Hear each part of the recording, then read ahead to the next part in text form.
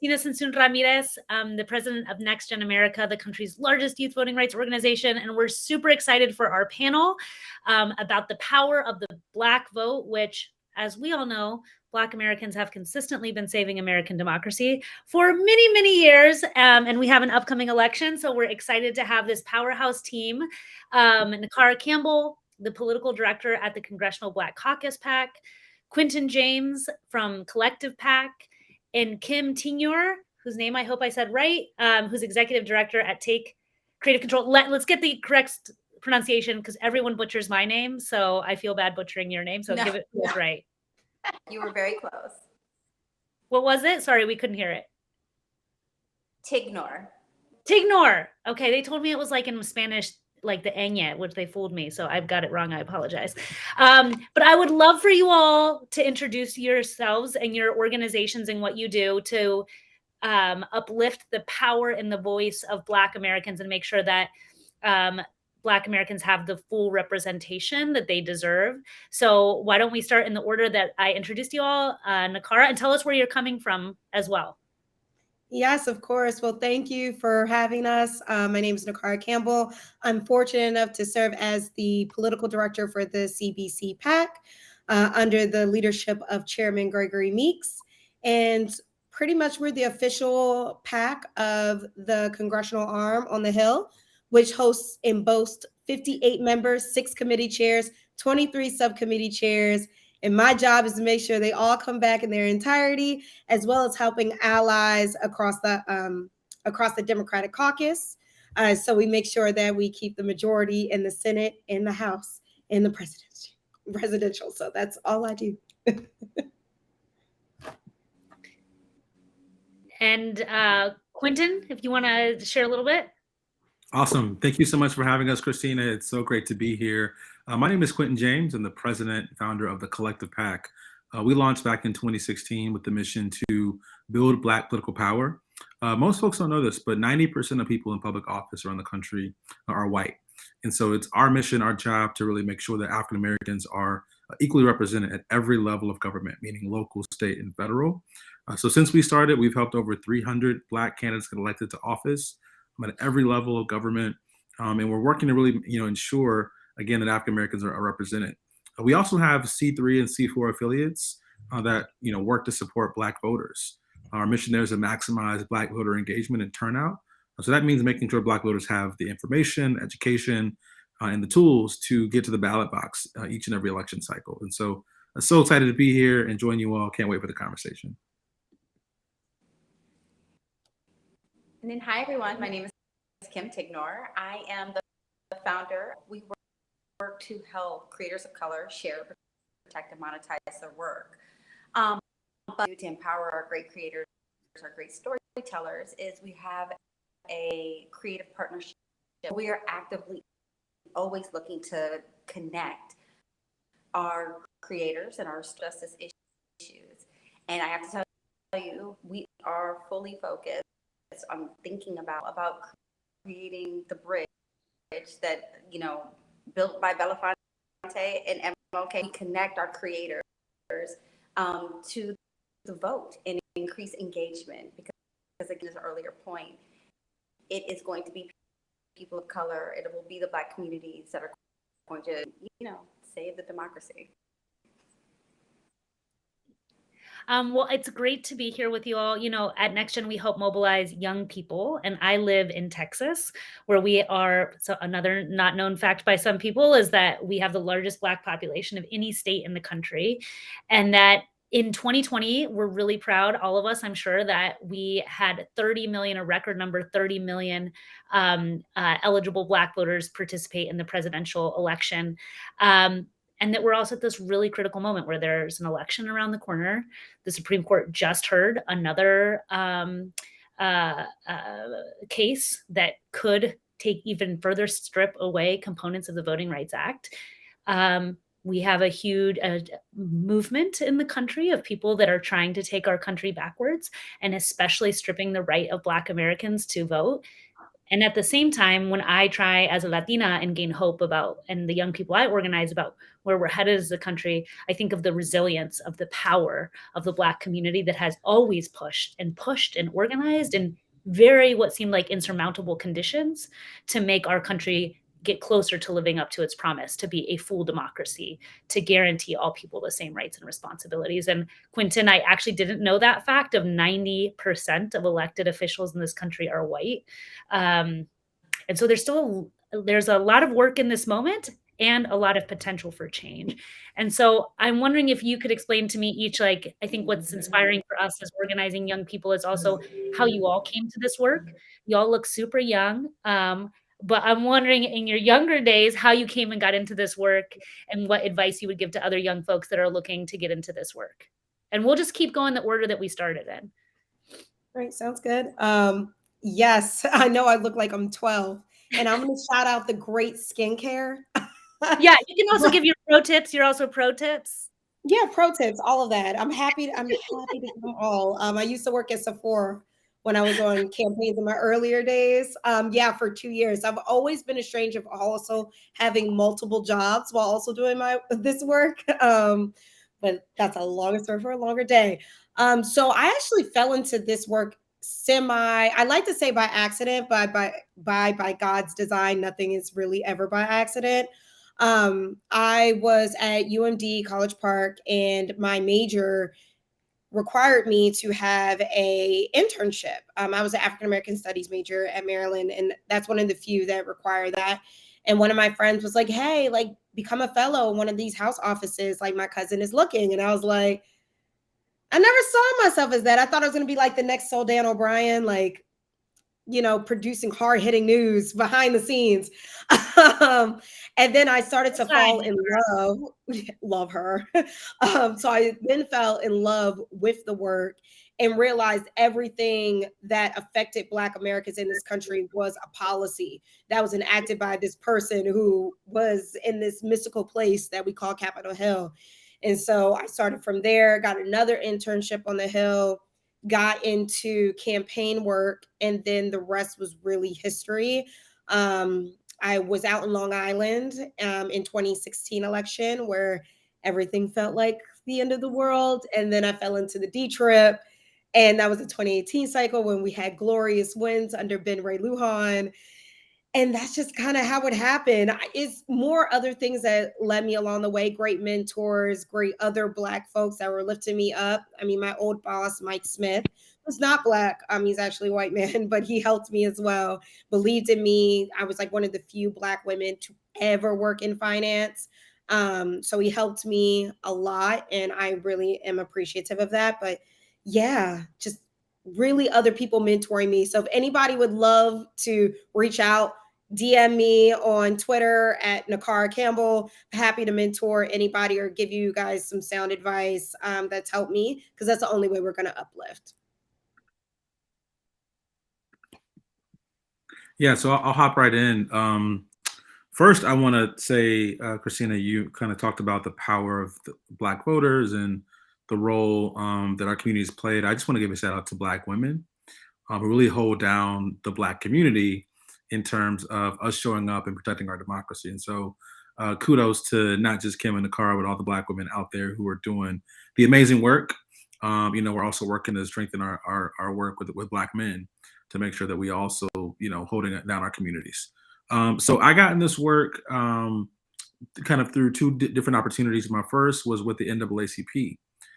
So I went to a NAACP Youth Council meeting when I was 15 years old. I believe 2 meetings later, I was elected president of my local chapter.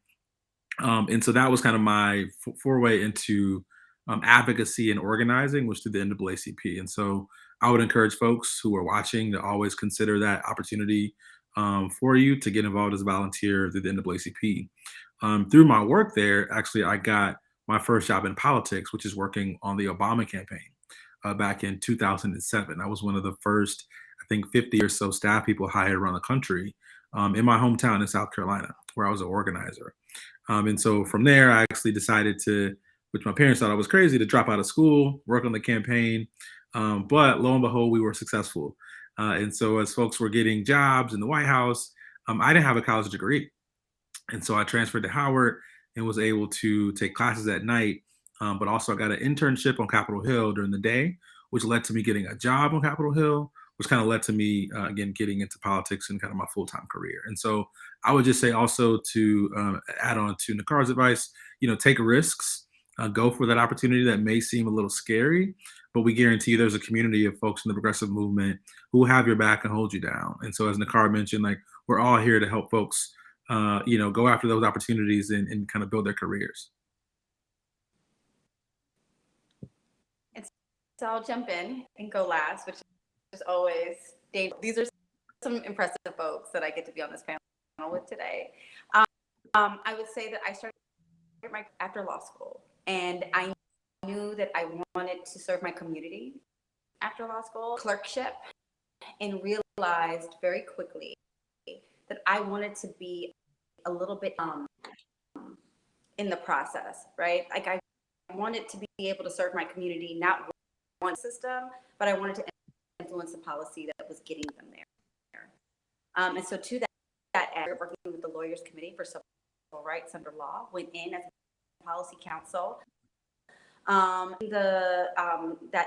nonprofit, to be the policy director, where I had handled a portfolio that handled issues ranging from housing discrimination to, it was also there that I fell in love with the economic justice work that we did, which was thinking about new ways in which the creator are empowering and promoting and helping people of color. And quite frankly, fell in the work. And being able to think about how is it that we can use opportunity to then pour into and create new opportunities for people of color. Time, it creates the opportunity for us to promote time, which is, I think, a really important part of even the discussion that we're having today about the different and critical people that are going to be the voices as we prepare for this upcoming election.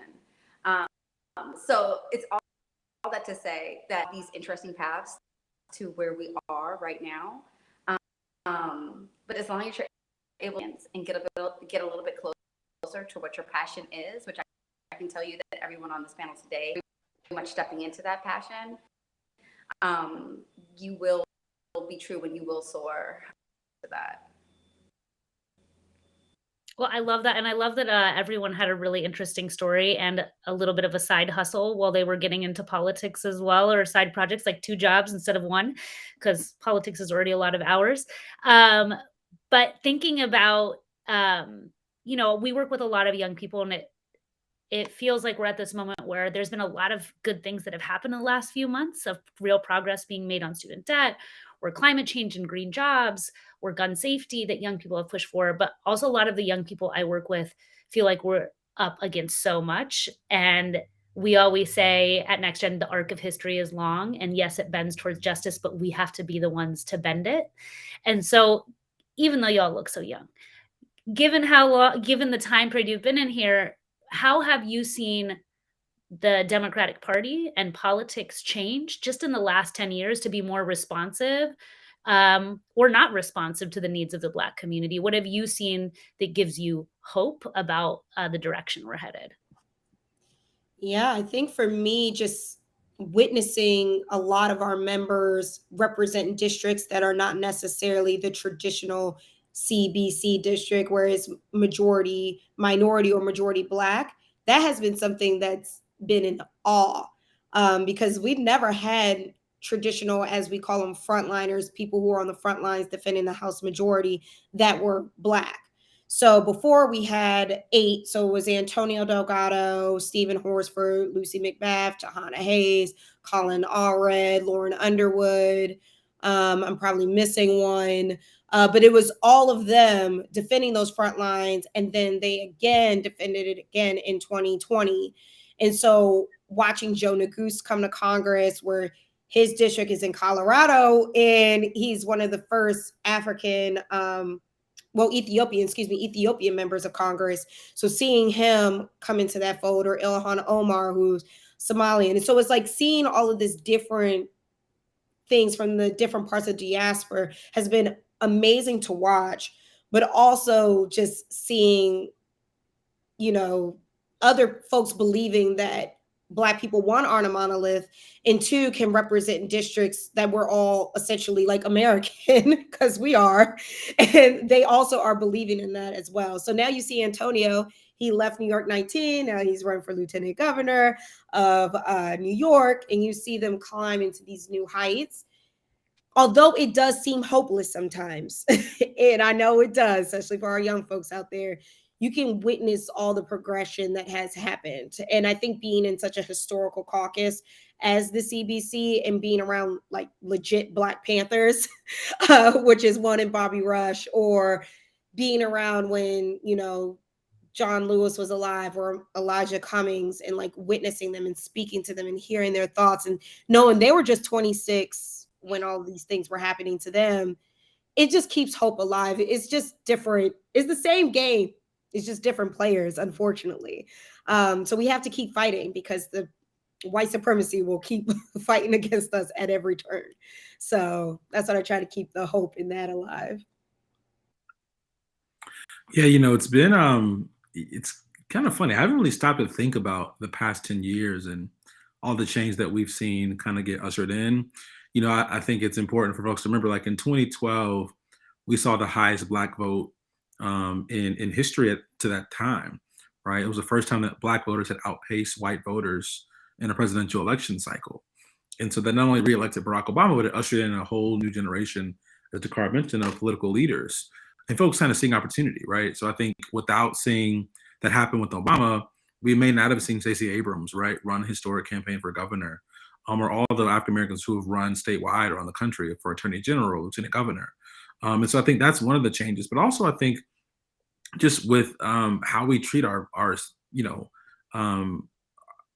our teams, our culture, right, when it comes to politics. So shout out to Carlos Vera with Pay Our Interns, right? I mean, now every intern on Capitol Hill and the federal government is getting paid.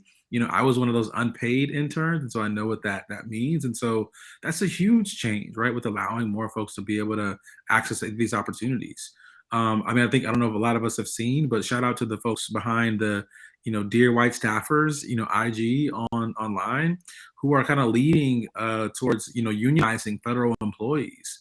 And so I think it's not only been huge policy wins, as you mentioned, Christina, around climate change, around student loan reform, but it's actually been like the cultural revolution that we're seeing behind workplace practices that I think will, do so much to further opportunities and kind of experience for young people looking to, do this work for their careers. And it leaves very little to add to these, to the point. I would also say that I have just really noticed that there has been, in not talking to people of color or Black and brown people and treating them as a monolith, similar conversations, but in very different ways, and recognizing that. I want to give a shout out to National Urban League and Joint Center for the work that they've been doing to our staffers all the way from the top to the bottom, which is just really, really critical work. I think how different a conversation goes when there is, in fact, when the room is diverse. Again, when we know that there's a brain trust that is indeed diverse, equitable, and just outcomes. So all important work in progress that I've been seeing. So one thing I want to ask you is about in 2020, right? It was a historical election, right? For so many different communities that turned out and voted at record numbers to defeat fascism. And it was also this critical moment of uprising across the country of Black Americans and the Black Lives Matter movement. And I think it's so important to talk about how marching in the streets also translated into political power in the ballot box that election, and what you all have seen. I one quote I just always appreciate is Rashad Robinson and his leadership. And he says, racial justice is not charity, it is strategy. And he's talking about it is strategy to build the democracy that we need, that we deserve. And so, how have you, in your own organizations or work, helped channel that energy into action? You know, I came from organizing tradition where I've always told, and I think it's important to tell young people, voting is not the only thing you should do to drive change, but it is the most basic thing you must do. And there are other ways to drive change as well. So how do you translate both that power in the streets into the voting booth and make sure that they continue to play off of each other? And also tell elected officials, like, it's not just about electing elected officials, it's about also policy that ultimately transforms the lives of Black Americans. Yeah, I mean, the lost years, as I call them, the COVID lost years, um, were a lot. That's the record number of time we've seen people actually studying anti-racism, how to be anti-racist, kind of checking their own privilege, even within our own community, even within our own ecosystem, I think too. It wasn't just we're checking off like all these other boxes and all these other folks. We're also checking ourselves and the privilege that we have.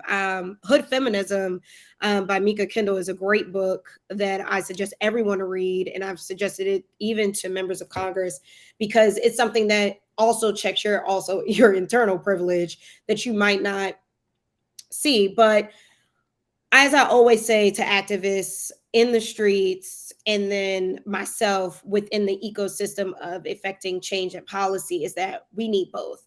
You pushing from the outside is helping me push within the inside. So any major movement in the United States, I feel as though has happened, great change has come from those movements.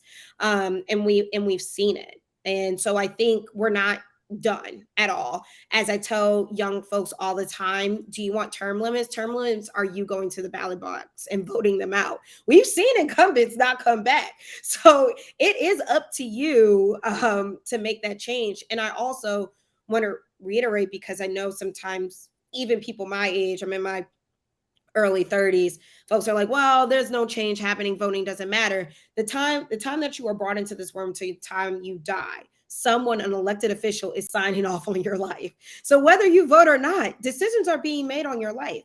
And more importantly, they clearly want to make it harder for you to vote, or they wouldn't be doing everything they're doing. We're fighting mail-in ballots in Maryland, one of the most democratic states ever is where I hail from. We're fighting that. We're fighting that in New York. So if they didn't want you to vote, they wouldn't make it so hard. They just don't like what you're voting for. So keep doing it.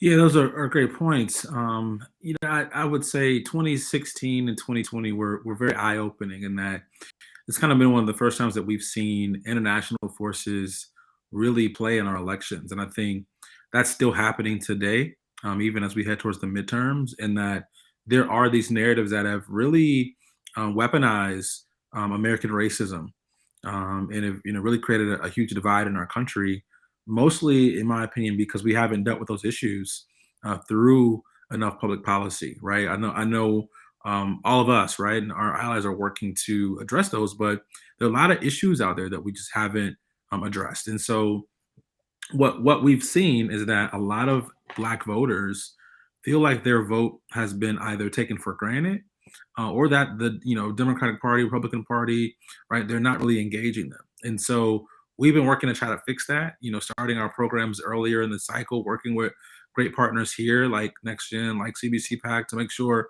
folks, kind of see our folks who are in public office trying to make change, but feel connected to, right? And so that's also about meeting folks where they are, whether it's Essence Fest, right, the largest kind of gathering of African Americans in the country every year through a music and cultural fest, or if it's knocking on doors in their community. We got to be where folks are and make sure they actually feel engaged. But ultimately, to Nicar's point, it's really about the community owning its power.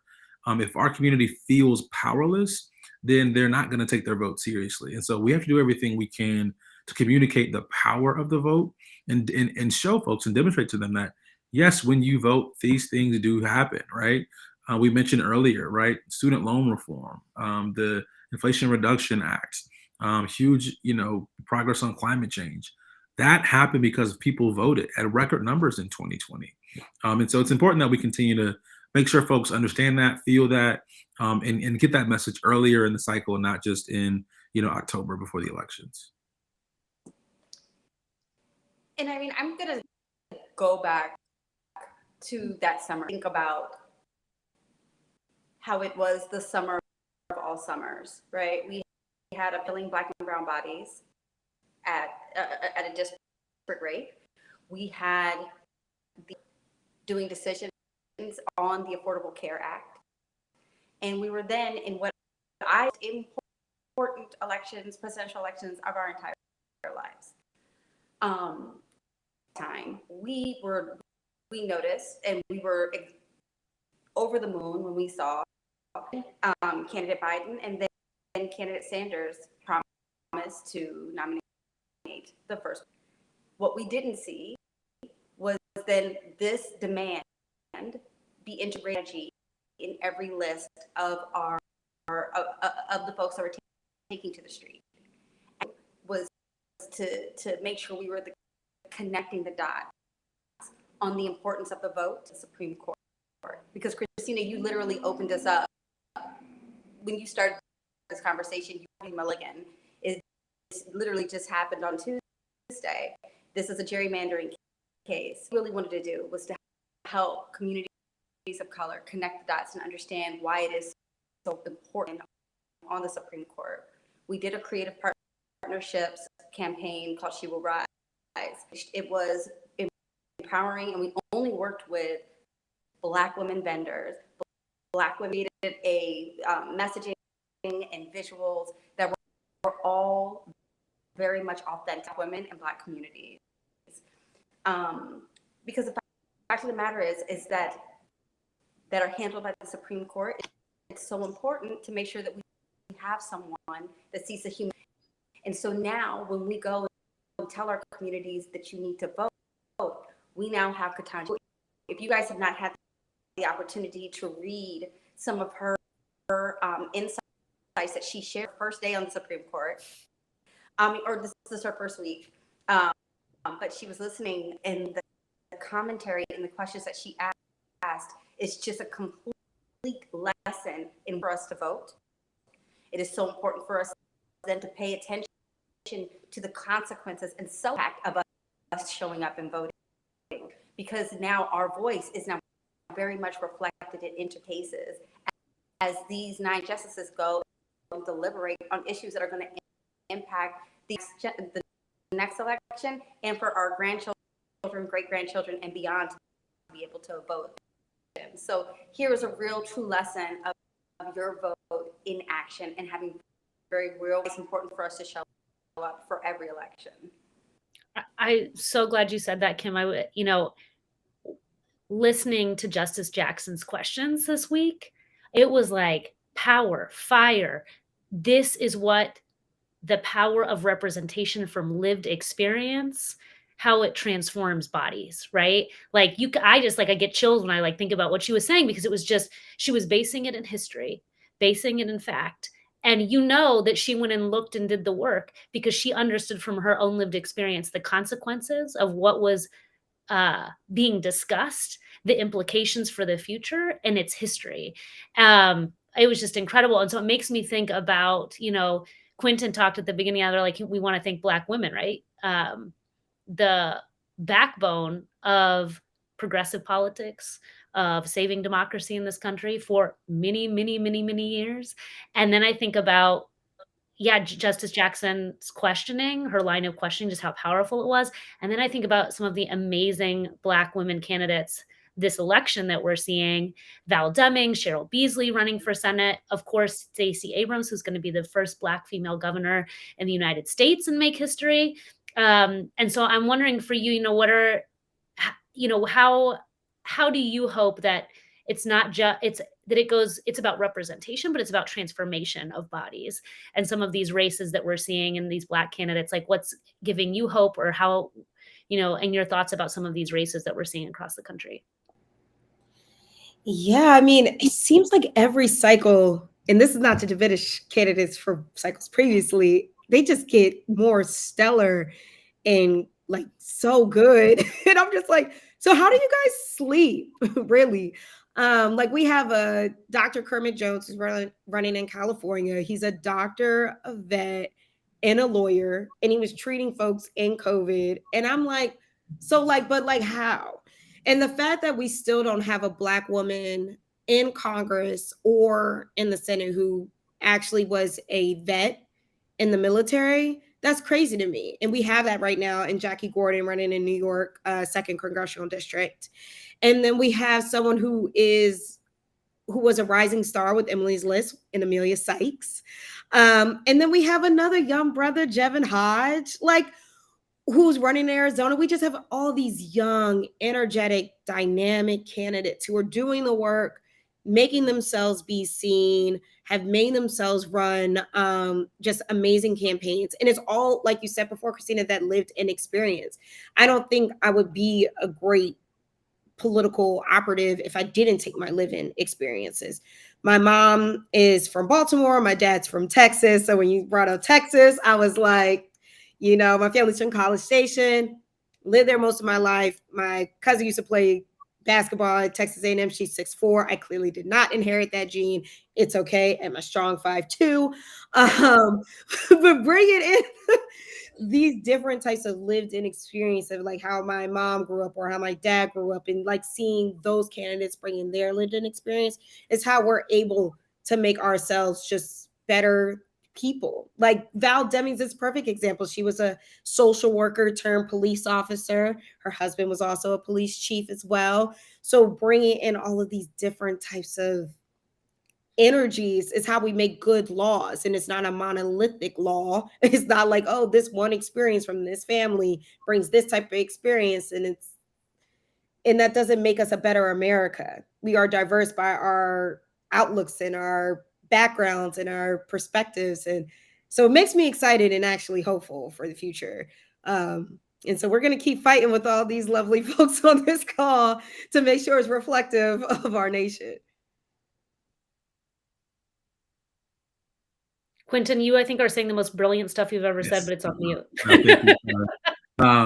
No, you know, it's quite interesting. We just previewed a new documentary that will be coming out after the election, entitled Two Trials, which, thanks to our partners, the Democratic Attorney General Association, DAGA, um, looked at the role that Black attorney generals played after the deaths and killings of Breonna Taylor and George Floyd.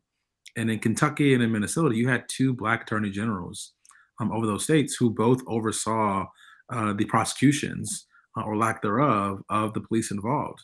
And I think the other point that you're making, Christine, is that yes, we want to see more African Americans in public office, but it also matters what they prioritize and what their policy positions are. And so I think it's critical that people pay attention to the folks who are running.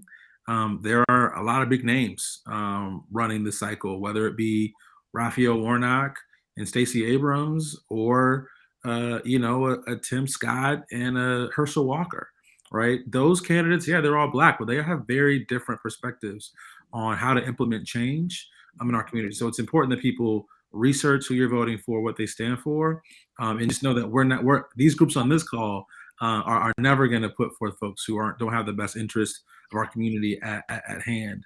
And so I think when you think about reforming our policing system, when you think about providing more economic opportunity, it really does matter who you vote for and who you support with your dollars, because those folks really do need your support to be successful, to get into office and implement the change that we want to see.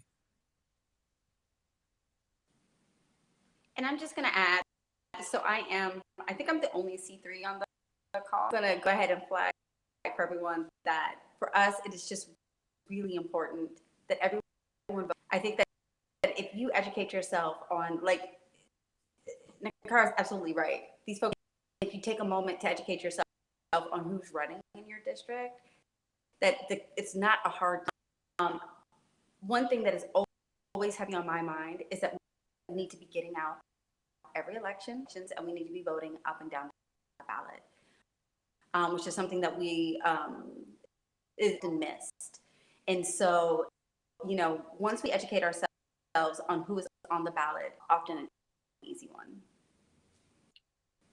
So I have just two more questions for you because I know we're going to hit time soon. But I'm wondering, you know, you talked, Kim, you do great work working with artists, right? That help transform people's idea of also what's possible. I spent 10 years organizing in the Latino community, and one of the things that we did was we used art and culture from our community to uplift our stories and see our power. And so I'm wondering for you, I want your advice about what you're listening to, watching, or reading that's helping get you inspired in this moment or pumped up for the upcoming election so that I can expand my own content. This is really for me. So I have to tell you, one of the things that we're really, that we're going to be launching, leading a lot of work to pour into and support our community journalists of color who are also having the opportunity to use, you know, different platforms built on their own, but to make sure that they are actually in contact with and have access that empowers them to be able to give insight, share their message and their lived experiences in a way that is themselves and that is truthful. And there's, you know, there is truth, there's power in truth to pour into them, give them access to some of the amazing are already doing the work in the voting rights space and helping to provide has the opportunity to vote. We want to make sure that we're connecting with them in an authentic and that they're able to then reach their communities and talk about and do that educational piece. That's so what they should be thinking about this election, but actually how to get to the ballots and what indeed are the laws so that you are able to exercise that right. So what am I listening to? So my hi. So my Apple Music is all over the place. So once this Texas woman gets her hands off of me, named Beyonce Knows Carter, I'll be able to listen to other music.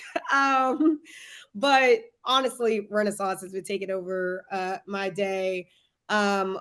Also love Afro beats. I spent 3 weeks in Nigeria this past December, and it has not gotten his hands off of me.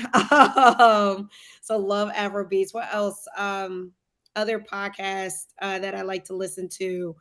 I mean, obviously Code Switch. I feel like everybody does.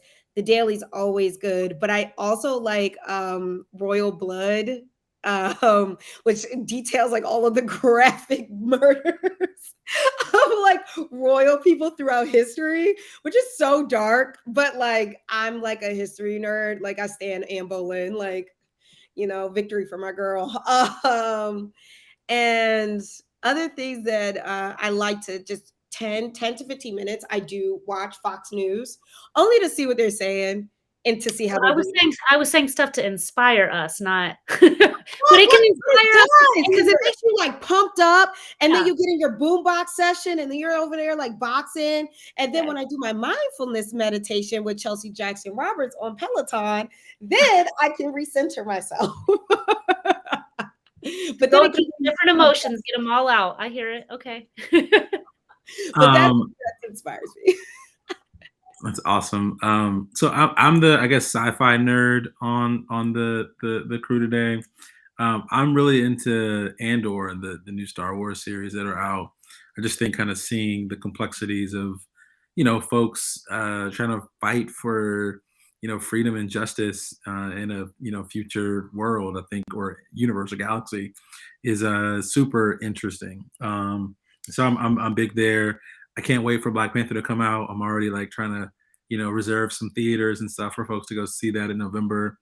Because again, that's also just pretty inspiring to me to see, again, the work that Kim is doing. Black creatives be given room and space to be creative, be given the same budgets, the same opportunities, the same distribution, right, to produce. And we saw the results of the first Black Panther movie. And so I think, again, it's just this complete conversation. It's really full circle around, this question of racial equity and racial justice. And yes, politics is one means to get there, but so is storytelling and the creative process. And I think we have to do everything we can from a political standpoint to empower those creatives to go out and like tell these amazing stories.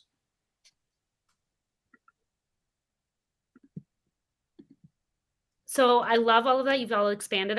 We're gonna post also from our friends at When We All Vote, of course, the new No Voting, No Vucking music video that just came out. That's really good. Is inspiring me. I loved it. If you all haven't seen it, we'll post it so everybody I can have. see I'm a big Trina fan. So Okay. I loved it. So we'll post it so people can see it. And lastly, how can people support your all's work in organizations? So follow us on cbcpac.org. That's also CBC PAC on Twitter and on Instagram. We will be posting other volunteer opportunities. We're working with our partners over at the DS and the DSCC to get folks out on the ground to do what, as we call, launch pad. So send you out there so you can volunteer on our top targeted races this cycle, but then also like hold us accountable. We'll be doing lives every Thursday at noon. If you guys are willing to possibly be voter engagement ambassadors on your college campuses, let us know so we can send some members to you. But yeah, we're here just to keep the power alive. So working with our wonderful partners here on this call. So yeah, that's how you can support us. Awesome. Yeah, you can visit us at collectivepac.org to get involved. We're doing some volunteer phone banking and text banking starting next week. And so we'd love to have folks there. You can find out more on our events tab on our website. But on social media, we're at The Collective PAC on Facebook and at Collective PAC on Twitter and Instagram. And you can follow us at Take Creative Control on Twitter. Just engage with us, talk with us. We want to hear from you. We want to hear what people are now heavy on their mind. And you can also find us at www.takecreativecontrol. Awesome. Well, thank you all for spending the afternoon with us. And then we've just got a few more weeks till election. So let's all get to work. And I'm going to actually eat lunch. Nakara told us at the beginning, this woman like just lives off of coffee. So though I appreciate the workout and the other tips, I'm going to go off those, but I'm going to go get myself lunch and hope you all do too. Thank you all so much for your time, energy, and for the work that you all do to save American democracy. Take care. Thank you all.